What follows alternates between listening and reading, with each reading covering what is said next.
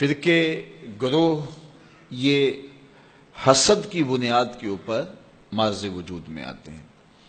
تو جماعت کے ساتھ جڑے رہنے والے پاک اور صاف دل لوگ ہوتے ہیں، اور وہ کسی سفلی یا سطحی مفاد کی وجہ سے یا کسی کے حسد کی وجہ سے الگ رستہ اختیار نہیں کرتے، وہ جماعت کے ساتھ جڑے رہتے ہیں۔ اللہ کے محبوب علیہ السلام نے ارشاد فرمایا کہ جو سواد اعظم ہیں ان کے ساتھ وابستہ رہو، جو ان سے بچھڑ گیا وہ جہنم میں چلا گیا۔ بلکہ فرمایا شیطان جو ہے وہ بھیڑیے کی طرح ہے، جو بکری الگ ہوتی ہے اجڑ سے تو بھیڑیا اس کو اچک لیتا ہے، اگر کوئی الگ ہوگا تفریق کا راستہ ڈھونڈنے نکلے گا پھر شیطان اس کو راستہ دے دے گا، پھر نتیجہ یہ ہوگا وہ الگ گروہ اور الگ فرقہ الگ جماعت بنا کے بیٹھ جائے گا، اور جو حقیقی جماعت ہے سواد اعظم ہے اس سے وہ بکھر جائے گا، اور تفریق، تشدد، اختلاف اور باہمی جو ہے وہ لڑائی اور جنگ و جدل کا ماحول پیدا کر بیٹھے گا۔ اس لیے ہمیں اپنی زندگی میں ہمیشہ مزاج میں صلح جوئی رکھنی چاہیے، بات بات پہ بگڑنا، ہر بات پہ اختلاف کرنا اور الجھاؤ پیدا کرنا، بعض لوگ اس کو تحقیق کا نام دے کہ ہر وقت ہی جو ہے وہ عجیب کیفیت میں رہتے ہیں۔ بعض کا جماعت کے مفاد کے لیے کوئی چیز چھوڑنی بھی پڑتی ہے جس کو درست سمجھا جاتا ہے، اور اس کی سب سے بڑی مثال اللہ کے محبوب صلی اللہ علیہ وسلم کا اپنا عمل ہے۔ آقا کریم نے فرمایا عائشہ میرا جی چاہتا ہے کہ کعبۃ اللہ کی تعمیر طرز ابراہیمی پہ کروں، لیکن میں یہ سوچتا ہوں کہ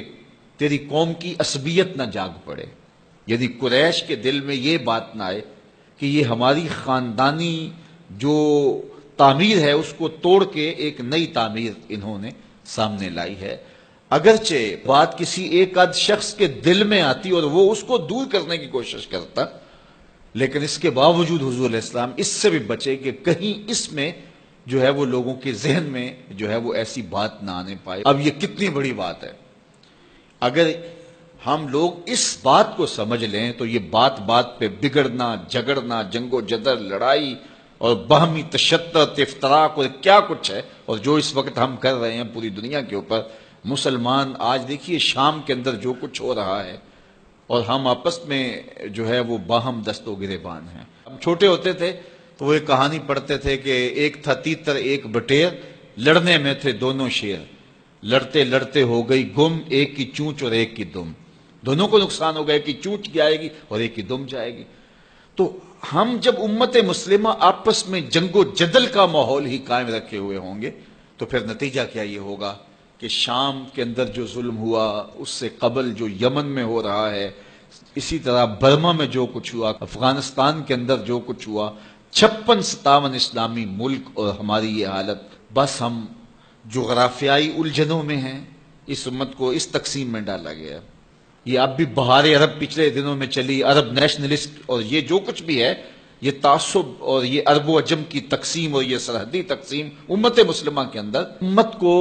منتشر رکھنے کے لیے یہ بت گھڑے جاتے ہیں تاکہ امت تقسیم رہے۔ تو جب سلطنت عثمانیت توڑی جانے لگی تو اس وقت یہ بات کہی،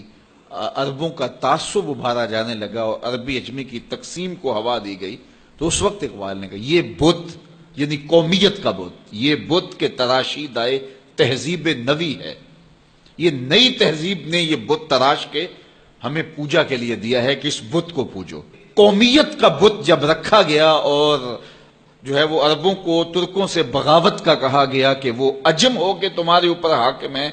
اور یہ بت تراشا گیا اور عربی عصبیت کو ابھارنے کے لیے اور جو ہے وہ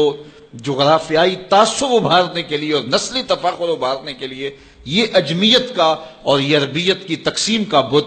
یہ قومیت کا بت جب تراشا گیا تو اقبال کتنا زیرک شخص تھا، اس وقت کہا تھا کہ یہ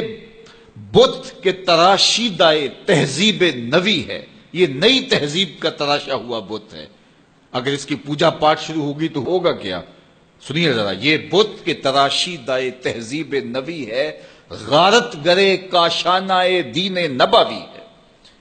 اس بت کی پوجا کا مطلب یہ ہے کہ تم دین کے کاشانے کو غارت کر رہے ہو، دین کی عمارت اپنے ہاتھوں سے ڈھا رہے ہو۔ تو پھر ہمارے لیے میسج کیا ہے؟ تو اقبال نے میسج دیا، بازو تیرا توحید کی قوت سے قوی ہے، اسلام تیرا دیس ہے، تو مصطفی بھی ہے۔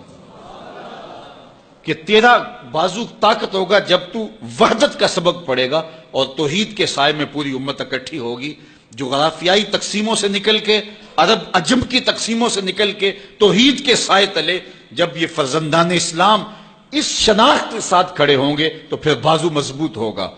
اور تیرا دیس یمن، شام اور یہ نہیں ہے، تیرا دیس کیا ہے؟ اسلام تیرا دیس ہے، تو مصطفی بھی.